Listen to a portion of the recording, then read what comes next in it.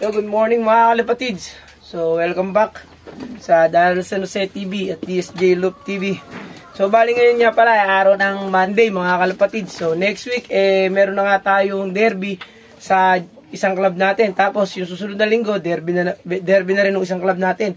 So, ganun pa man mga kalapatids, kailangan na nating magpurga. Pupurgahin na natin yung ating mga alagang kalapate na ilalaro sa derby. Dahil nga papasok na ang derby, kailangan malinis na yung katawan ng ibon natin para sure ball. Bali, hindi na tayo magkakarga ng Martes dahil malapit lang naman ang distance. Sabado na tayo magkakarga. Ipapahinga lang natin yung ibon natin. Pupurgahin natin sila ngayon. Ibabahitamis natin sila mamayang hapon. Okay, bali hindi na nga tayo nagpakain kahapon mga kalapatids ng hapon para nga walang laman yung tiyan nila. Para pag sinubo natin yung pamurga, sure ball na bulate lang talaga. Wala silang isusukang iba kundi puro bulate. Meron talaga. Okay, tara samahan nyo mga kalapatids magpurga. Okay, balik kahapon nga araw ng linggo. Hindi nga tayo nakapag video na mga kalapatids dahil may ginawa nga tayo mga kalapatids. Okay, balik kinuha natin yung ating dream loop. Okay, ito nga pala mga kalapatids. Kinuha ko nga pala yung loop na nabili natin. Ayan, malaki. Mga kalapatids, hindi pa siya bali nire-renovate pa. I-renovate namin nila Pres yan. Bali salamat kay Pres Domingo sa Batsyan. Ayan maraming salamat Pres. Tinanggal ko na Pres. Inangat ko na. Bali weldingin na lang natin yan. Ayan nakaangat na lahat yan. Tinanggal ko na yung nasa loob. Wala na Pres. Welding na lang talaga kailangan yan. Para umukay na. Pati yung bubong. Okay. Hali, yan nga ang naging dahilan mga kalapatids. Kaya hindi tayo nakapag-video kahapon noong abangan. Dahil busy tayo dyan mga kalapatids. So maraming salamat do sa lahat ng tumulong na bumuhat niyan mga kalapatids. Kay paring Christian Lamera, kay paring Maki, kay Pres, lalo kay Pres na nagpahiram ng truck. Ginawa namin ng truck yan sa San Isidro. Okay, maraming salamat kay Boss Cheche. Shoutout, maraming salamat sa iyo. Okay, tara mga kalapatids.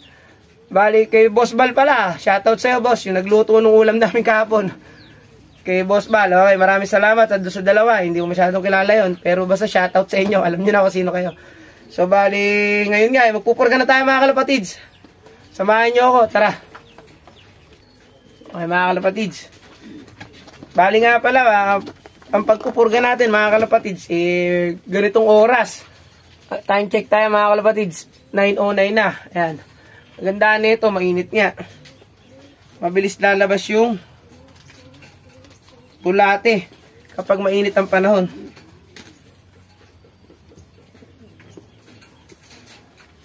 Bali, kaya naman ito mga kalapatids, wala nang bakas kinain ng ating ibon. Hindi sila kumain kahapon ng hapunan. Patapos ngayon umagahan, hindi pa rin. Para sure ball na wala talagang kinain ng kanilang loob. Okay. Importante ang nagpupurga mga kalapatids bago ang derby. Kasi sa training, maraming hindi natin alam kung ano nangyari sa kanila sa daan. Mamaya, bumabayang, kumain ng kung ano, di ba, may bulate. Para fresh uli sila pagpasok ng derby mga kalapatids. Bago mag-training, nagpupurga ako. Bago mag-derby, nagpupurga uli ako. Bali, 1 week conditioning na ang gagawin natin mga kalapatids. Kailangan condition sila pagdating ng derby.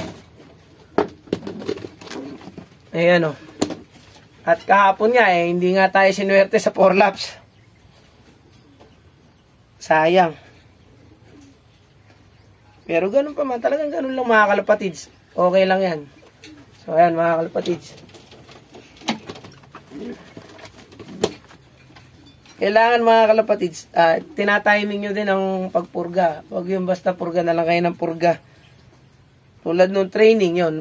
Bago kayo mag first training, kailangan nagpurga kayo. Bago kayo mag road training, halimbawa, kayo magtotos kayo, kailangan nagpurga na kayo. Naklinsing nyo na ibon nyo. Bago ang first lap ng derby, kailangan nakapagpurga na rin kayo. Hindi lang isang beses nagpupurga mga kalapatids. Pagkatapos niyan, wala na kasi nasa 100 km na nga mahigit. Baka hindi na kayanin ng ibon pagka sumobra na ron. Tapos, magpupurga kayo, derby, hindi na obra. Kaya bago pumasok ng derby, kailangan nakapagpurga na kayo. Tapos, bibigyan natin sila ng bawang bukas. Bibigay tayo ng bawang.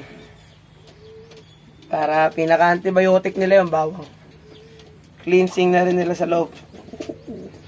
Tapos, bukas din, Martes, magpapaligo tayo ng pangtanggal kuto. Ganyan ang mga preparasyon na ginagawa natin, mga kalapatids. So, sana nga mag-click. Sa mga nagtatanong, ayan.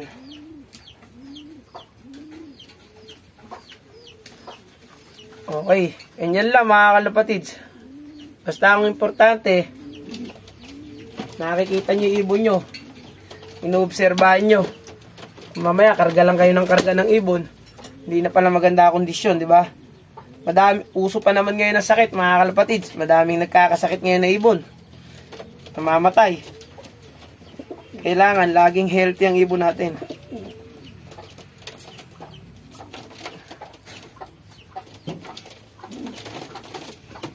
So, hanggang dito na lang mga kalapatids. Ayan nga, at napurga na natin ang ating mga warrior. Okay, last na to mga kalapatids.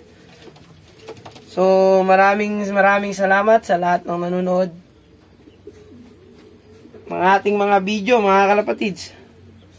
Doon sa mga nagpapaturo ng ating sistema, kahit ala pa tayong sistemang matino na napatunayan, marami naman tayong panalo. Huwag kayong mag-alala. Basta tiwala lang sa sariling ibon nyo. Huwag kayong kabahan. Pa pala isa, last ball mga kalapatids. Wala na.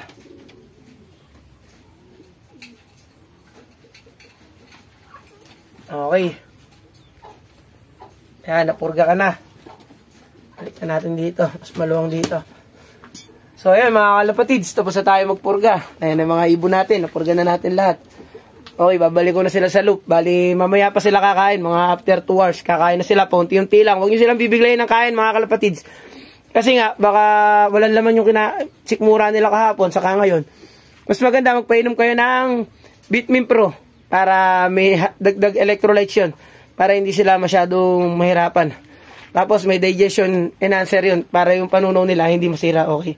So hanggang dito na lang mga kalapatids. Maraming salamat.